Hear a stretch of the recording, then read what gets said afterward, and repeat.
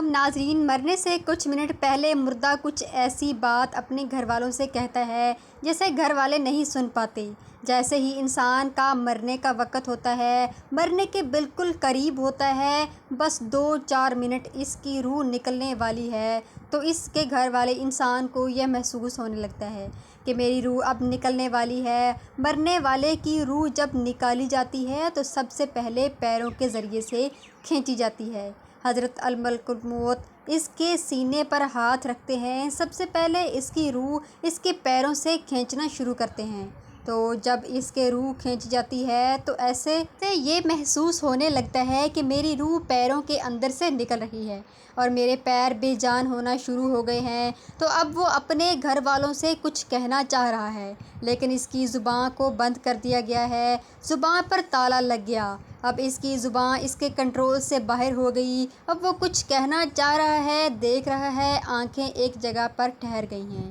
آپ نے دیکھا ہوگا کہ مرنے والوں کی آنکھوں میں آنسو ہوتے ہیں، وہ اسی وجہ سے ہوتے ہیں کہ وہ کچھ کہنا چاہتے ہیں، وہ کچھ بتانا چاہتے ہیں، لیکن اس کی بات کو ہم نہیں سن سکتے، کیونکہ وہ کچھ کہنا چاہتا تو ہے، کوشش تو کرتا ہے، لیکن اس کی زبان اس کے کنٹرول سے باہر ہو چکی ہوتی ہے اور وہ کچھ بھی کہنے سے قاصر رہتا ہے۔ آخر وہ منہ کیا چاہتا ہے جس اس کی روح نکلنا شروع ہوتی ہے، اور اگر وہ گناہ گار بندہ ہوتا ہے، نماز فاسق فاجر ہوتا ہے، تو رب کی طرف سے حکم ہوتا ہے کہ فرشتے اس کی روح کی اس کے پیروں سے کھینچ کر گھٹنوں میں روک دو، اور مزید تکلیف کا سبب پھر اس کی روح کو کمر میں روک کر زیادہ تکلیف کا سبب بننا چاہتا ہے، پھر اس کی روح کو سینے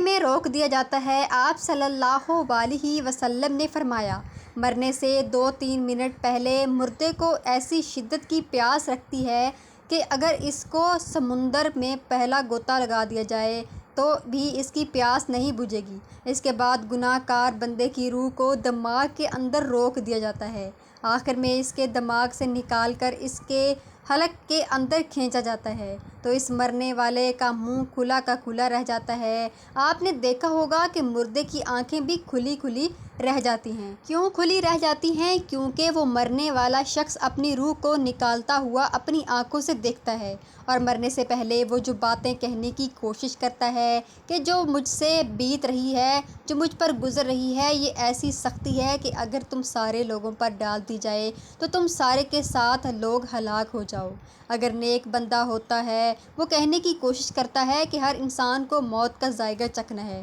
تو لہٰذا تم اچھے اعمال کر لو، اچھے کام کرو، تاکہ یہ سختیاں اور یہ پریشانیاں جو ہر بندے کو دی جاتی ہیں وہ تم کو نہ ہوں۔ اور پھر جو ہرا شخص ہوتا ہے، خدا بندہ ہوتا ہے، وہ اپنے بارے میں بتانے کی کوشش کرتا ہے اپنے گھر والوں سے، اپنے بچوں سے، کہ اے میرے بچوں اور میرے گھر والوں، سنو، یہ تکلیف جو مجھ پر بیت رہی ہے گناہوں کا نتیجہ ہے، کیونکہ اسے پتہ چل جاتا ہے، فرشتے روح نکالنے سے پہلے اس کو آگاہ کر دیتا ہے کہ تو نے اللہ اور اس کے رسول صلی اللہ علیہ وسلم کی نافرمانی کر کے زندگی گزاری تھی، اس لیے تم کو شدید تکلیف دینے کا میرا ارادہ ہے، اور تمہیں خطرناک تکلیف ہوگی۔ روح کو روکا جاتا ہے اس کے جسم اور بتایا جاتا ہے کہ تمہیں یہ جو تکلیف ہے یہ تمہارے گناہوں کا نتیجہ ہے، اس لیے وہ کہنے کی کوشش کرتا ہے کہ جس دلدل میں وہ پھنسا ہوا ہے، اور میرے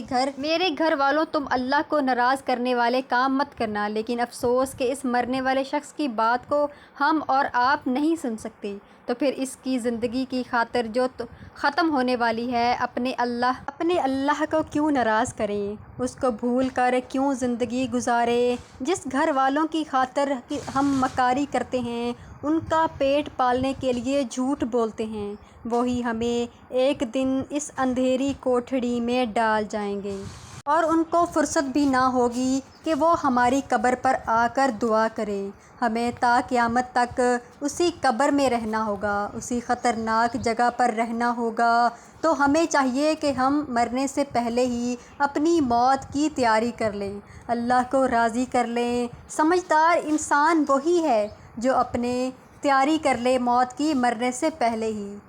تو آخر میں دعا ہے، اللہ تعالیٰ ہمیں سیدھے راستے چلنے اور برائیوں سے بچنے کی توفیق عطا فرمائے۔ ملتے ہیں ایک اور ویڈیو پہ، تب تک کے لیے مجھے اجازت دیں، اللہ حافظ۔